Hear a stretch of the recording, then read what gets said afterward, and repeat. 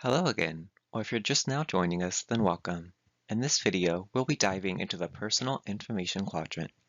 Please note that to complete this section of the application, you will need to have the following information on hand: your Social Security number, if you have one, your citizenship status, and financial and parental information. Okay, let's get to it. I'm going to start with the top tile and work my way down. Keep in mind that you are not required to complete any of these in any particular order, so if there is any information that you don't have on hand, then feel free to come back to it later. In the Release Statement tile, you are required to respond to 3 statements in order to submit your application. It is your responsibility to read and understand these statements, so review each one carefully. If you have questions regarding these statements or need additional clarification, contact the application's customer service department. This phone number can also be found at the bottom of the application. The release statement is a contractual agreement between you and Cal State Apply, promising that all of the information provided by you in the application is complete and accurate, that all documents submitted are authentic and unaltered, and that you will notify who you must if your residency changes.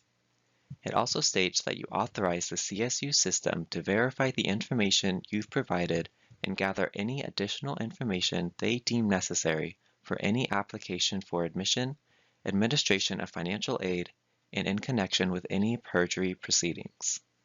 The second statement allows the release of your contact information so that the CSUs you're applying to can contact you during the application process. And lastly, the third statement allows the CSU system to release information regarding your application status, test scores, and other documents to your current college counselor or counseling office. Let's move on to biographic information. The Your Name section here pulls from the information you entered when you created your account. If it appears incorrect, use this link here to fix it.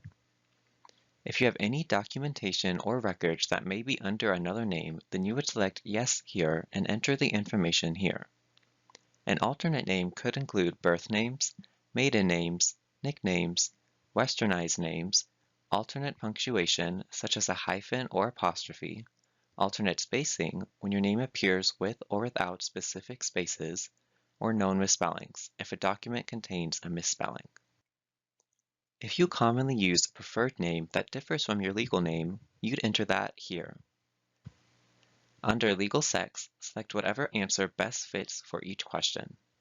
Continuing down, birth information and applicant information should be pretty straightforward. Now onto the Contact Information tile. Here's another pretty straightforward section. Enter the address where you want to receive mail correspondence. If you anticipate a change of address in the near future, add an approximate date here to indicate when mail should begin to be routed to another address. Like your name in the previous section, the phone and email fields will pull from the information you entered when you created your account and can be changed in your My profile. Next up is the Citizenship/Residency Information tile. Select your U.S. citizenship status. Depending on your selection, more questions may populate asking for further details. Residency is based on which state you consider your permanent home, regardless of your legal capacity to establish residency. This information is pulled from the residency you entered in the Extended Profile tile. If you need to edit this, you can access your extended profile by using the link just under the question. That's it. Next tile. The Race and Ethnicity tile is used for statistical purposes only and in no way affects your application or financial aid eligibility. In this section, there is no right or wrong answer. Select the options with which you personally identify.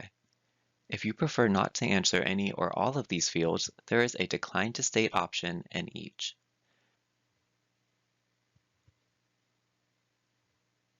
Let's continue on to the Other Information tile. If you have a Social Security number, you are required to enter it. It will be used to match your application to your academic records, financial aid application, and other documents.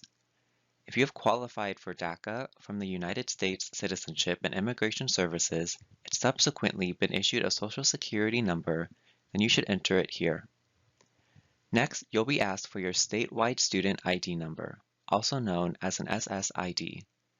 This number can usually be found on your high school transcripts, but it is not a required field. If you don't know your SSID number, then leave this field blank. Then, you should select your first language. If you speak more than one, you are able to add additional languages and select proficiency levels for each.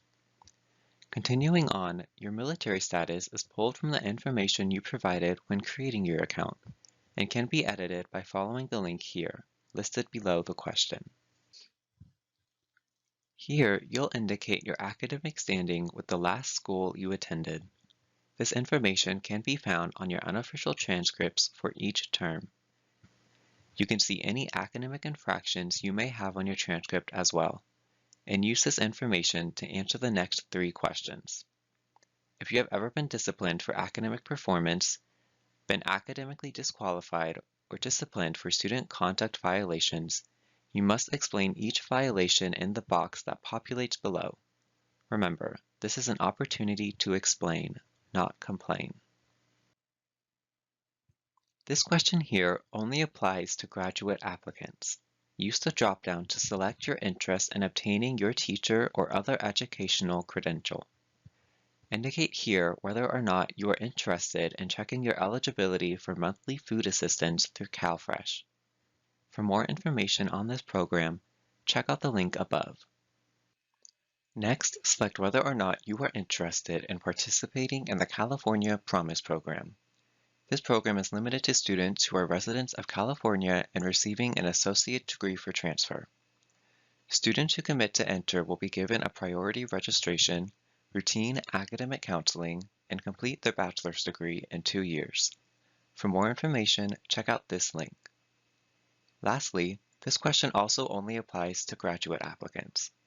If you expect to achieve an RN license but have not yet been issued an RN license number, select Yes and enter 0 in the RN license field. Now onto the last tile in the personal information quadrant. Before we proceed, it should be noted that this section is used for statistical purposes only and in no way affects your financial aid eligibility. Federal regulations use these questions here to determine whether or not you are considered an independent student. If you are unable to answer yes to any of these questions, you would still be considered a dependent student. If you have questions about what to include or exclude in the following fields, check out this link here. Next, indicate whether or not you are interested in on-campus housing.